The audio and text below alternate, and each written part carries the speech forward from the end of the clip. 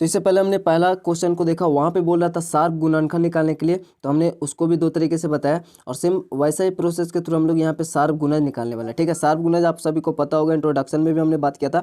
तो यहाँ पे शार्प मतलब कॉमन गुणज निकालना है। ठीक है, कॉमन मल्टीपल निकालना है, क्योंकि गुणज का कोई अंत नहीं होता है। ठीक है, क्योंकि हर संख्या की, जैसे अगर 2 की गुणज की बात किया जाए तो 2 फिर 4 फिर 6 फिर 2 2 ऐसे जुड़ता जाएगा और इसका कोई भी अंत नहीं होगा। ठीक है, इसलिए इसमें सबसे छोटा, जैसे कि हम लोग एलसीएम पढ़ते हैं ना, एलसीएम सबसे लोवेस्ट कॉमन मल्टीपल। ठीक है, सबसे छोटा गुणज निकालना हो तो उसमें जो दोनों संख्या में हो, या फिर 3 रहेगा तो तीनों संख्या में हो, सबसे छोटा। बड़ा पॉसिबल नहीं, इसलिए हम लोग कभी भी एचसीएम नहीं निकालते हैं, हाईएस्ट कॉमन मल्टीपल पॉसिबल ही नहीं है। ठीक है, एचसीएफ निकालते हैं, हाईएस्ट कॉमन फैक्टर होता है, फैक्टर हो सकता है बड़ा।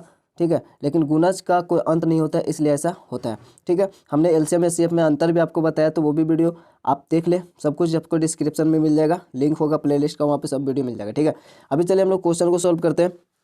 तो यहाँ पे ए नंबर अगर सोल्व करेंगे तो सबसे पहले 6 का हम लोग गुणज लिखेंगे, तभी पता चलेगा कि कौन सा गुणज यहाँ पर कॉमन है। ठीक है, तो 6 का गुणज हो जाएगा, जैसे 6 हुआ, ठीक है, 12 हो गया, मतलब 6 से जुड़ता जाएगा, फिर 6 जोड़ेंगे तो 18 आएगा, फिर जो 6 जोड़ेंगे तो 24 आएगा, फिर 6 जोड़ेंगे इसमें तो 30 आएगा, फिर 36 आएगा, फिर 6 जोड़ेंगे तो यहाँ पर 42 आएगा। ठीक है, तो ये हुआ 42 होगा, फिर जोड़ेंगे तो 48 आएगा, फिर 54 होगा, फिर 60 होगा। ठीक है, फिर 66 होगा। तो अपने अनुसार लिख लेंगे, इतना हमने लिख लिया 6 का गुणज।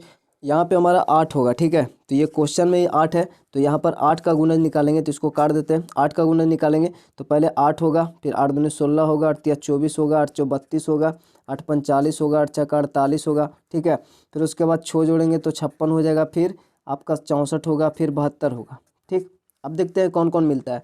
तो देखिए 6 नहीं इसमें मिलेगा, 12 भी इसमें नहीं मिलेगा। ठीक है, 12 से ज़्यादा 16 18 तो नहीं मिलेगा, 24 आ गया, 24 मिलता है, तो एक ये हमारा 24 मिला। ठीक है, सबसे पहले तो प्रथम 3 बोल रहा है तो 3 देखेंगे। 24 के बाद देखिए 30 नहीं मिलेगा। ठीक है, 36 भी इसमें नहीं मिलता है, 42 इसमें नहीं मिलता है, 40 आ जाता है, तो 48 मिलता है। यहाँ पर देखिए 48 हुआ, तो ये 2 हुआ। आप तीसरा देखते हैं तो 56 यहाँ पर नहीं मिलता, 54 भी नहीं मिलेगा, 60 भी नहीं मिलता है। ठीक है, 66 भी नहीं मिलता है। अब 6 आगे देखते हैं और लिखकर, इसका 66 तक हमने लिखा। 66 में अगर 6 जोड़ेंगे तो 66 4 70 और 2 72 आएगा। ठीक है, और ये 72 इसमें भी है, तो ये हमारा प्रथम 3 होगा। अब लिखने की जरूरत नहीं है, 3 मिल गया, तो इसका शार्प गुणज जो होगा, ठीक है, ऐसा हम लोग लिख देते हैं, इसका शार्प गुणज यानी कि आपका आंसर जो होगा शार्प गुणज कौन कौन सा होगा, पहले 24 होगा, फिर 48 होगा और ये 72 होगा। ठीक है, शार्प गुणज इसका 6 और 8 का। ठीक है, उसी प्रकार हम लोग बी का निकालेंगे।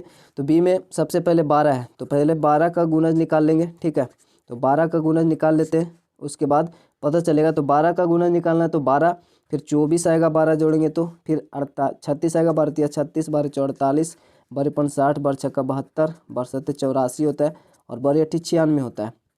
फिर अठोतल से होता है तो 108 होगा, फिर 120 होता है, फिर 132 होता है। ठीक है, फिर 144 होता है। 12 12 जोड़ते जाएंगे तो हो जाएगा, जैसे 2 में 2 जोड़े 4, और फिर 1 और 3 4, और फिर 1 का 1, 144 तक लिखा। भी जरूरत पड़ेगा तो आगे और लिखेंगे। ठीक है, ये 12 का हुआ। उसके बाद 18 का लिखेंगे, 18 का गुणज।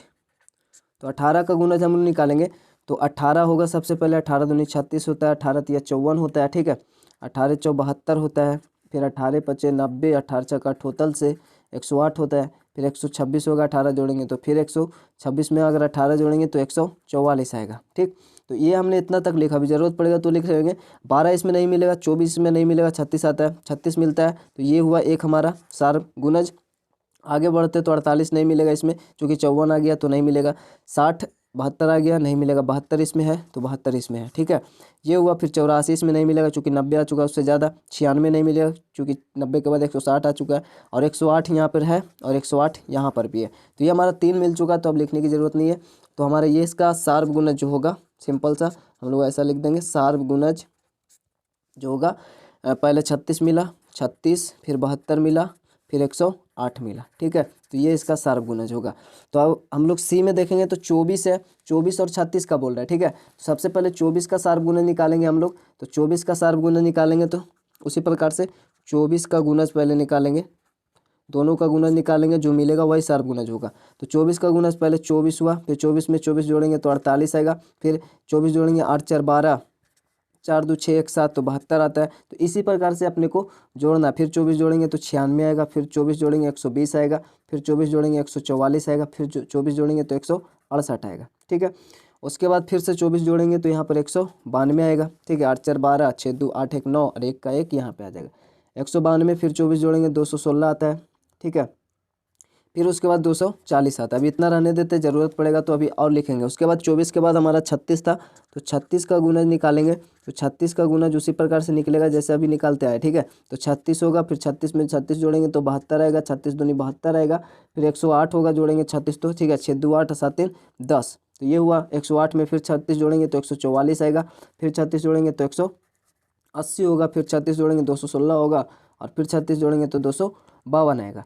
ठीक है, फिर 288 हो जाएगा हमारा, तो 288 होगा, और इतना लिख देते हैं। ठीक है, ज़रूरत पड़ेगा अभी 3 अगर इसमें नहीं मिलेगा तो और आगे लिखेंगे। ठीक है, 24 इसमें तो नहीं मिलेगा चूँकि 36 आ चुका, 48 नहीं मिलेगा, 72 आ चुका ज़्यादा, 72 यहाँ पे मिलता है तो एक 72 होगा, 96 नहीं मिलेगा चूँकि 108 आ चुका है ज़्यादा, तो 120 इसमें देखिए 120 से ज़्यादा आ चुका है, बट इधर ही रहता है, नहीं मिलेगा। ठीक है ना, 120 तो इधर ही रहता है, 120 नहीं मिलेगा, 144 है इधर। ठीक है, तो 144 हमारा ये हुआ।